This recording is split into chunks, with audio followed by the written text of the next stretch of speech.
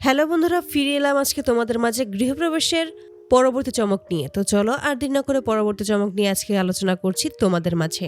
রায়বাড়ির প্রতিটা মানুষ একজোট হয় এবং তারা প্রতিজ্ঞা করে এবার যেভাবেই হোক ওই আকাশ সেনের মুখোশ এবার আরিয়ার সামনে তুলে ধরতেই হবে। আরিয়া যে ভুল ধারণার মধ্যে রয়েছে সেখান থেকে ওকে বেরিয়ে আসতেই হবে।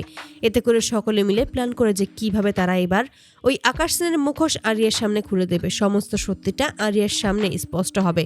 অপরদিকে আরিয়া মন খারাপ করে এবং শুভর কথাই ভাবে। হঠাৎ করেই কেন যেন তার শুভর প্রতি হঠাৎ করে মায়া কাজ করে। শুভর কাছে যেতে ইচ্ছে করে, শুভর ভালোবাসা পেতে ইচ্ছে করে।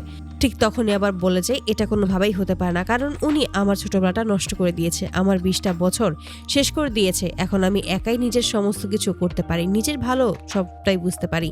এখন আমার যা ভালো মনে হবে আমি সেটাই করব, আমার আর কাউকেই কোনো প্রয়োজন নেই। অন্যদিকে প্রিয়াঙ্কাকে দেখা যায়। প্রিয়াঙ্কা হঠাৎ করেই ইন্ডিয়াতে চলে আসে ওই রায় পরিবারের বউ হওয়ার জন্যই, কেশবকে না জানিয়ে। কিন্তু সেখানে এসে আকাশ সেনের সাথে দেখা করে।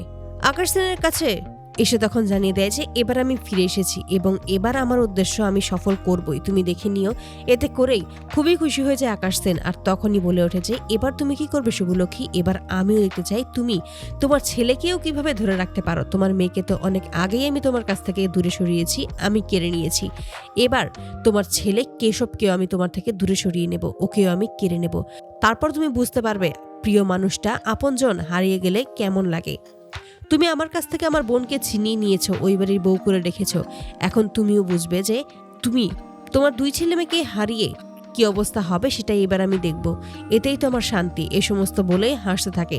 অপরদিকে বাড়ির সকলে মিলে সিদ্ধান্ত নেয় এবার যেভাবেই হোক আকাশের বিরুদ্ধে প্রমাণ জোগাড় করবে। তার জন্যই আকাশের ফ্ল্যাটে আসবে। তবে তার আগেই সেখানে আরিয়া এসে হাজির হয় এবং আরিয়া মনের কষ্টে যখনই একা বসে থাকে ঠিক তখনই আকাশ ও প্রিয়াঙ্কা বাড়ি ফিরে আসে।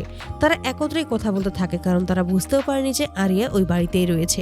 তারা যখন নিজেদের মতো মন খুলে কথা বলতে থাকে সমস্ত কিছু নিয়ে, ঠিক তখনই সমস্ত কিছুই আড়াল থেকে শুনতে পায় এবং ভিডিও রেকর্ড করে নেয় আরিয়া।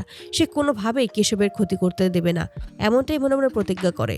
আর মনে মনে বলে যে এটা কোনোভাবেই হবে না ড্যাড, তুমি যতই আমার দাদার ক্ষতি করতে চাও না কেন, এবার আমি থাকতে আমার দাদার ক্ষতি কেউ করতে পারবে না।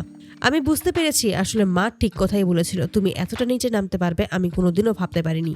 তারপরেই প্রিয়াঙ্কাকে দিয়ে কেশবকে জোর করিয়ে যখনই বিয়ের কথা বলবে, বিয়ে করতে যাবে, ঠিক সেই মুহূর্তেই সেখানে আরিয়া এসে হাজির হয় এবং আরিয়া আকাশের মুখোমুখি হয়ে আকাশকে করা হুঁশিয়ারি জানিয়ে দেয় এবার আমার দাদার থেকে তুমি দূরেই থাকবে। এতদিন ধরে তুমি আমার সাথে যা নয় তাই করেছো, আমি তোমাকে কিচ্ছু বলিনি, কিন্তু আমি আমার দাদার জীবন নিয়ে খেলতে দেব না। এই সমস্ত কিছু বলেই ফোনটা এগিয়ে দেয় আকাশের দিকে এবং সেখানেই স্পষ্ট দেখতে পাওয়া যায় যে আসলে প্রিয়াঙ্কাকে অনেক টাকা দিয়েছে আকাশ সেন যেন কেশবের জীবনে আসে এবং কেশবের জীবনটা শেষ করে দেয়। ওই বাড়িতে ঢুকে সবাইকেই যেন শেষ করে দেয় এবং আকাশের কথা মতোই চলে।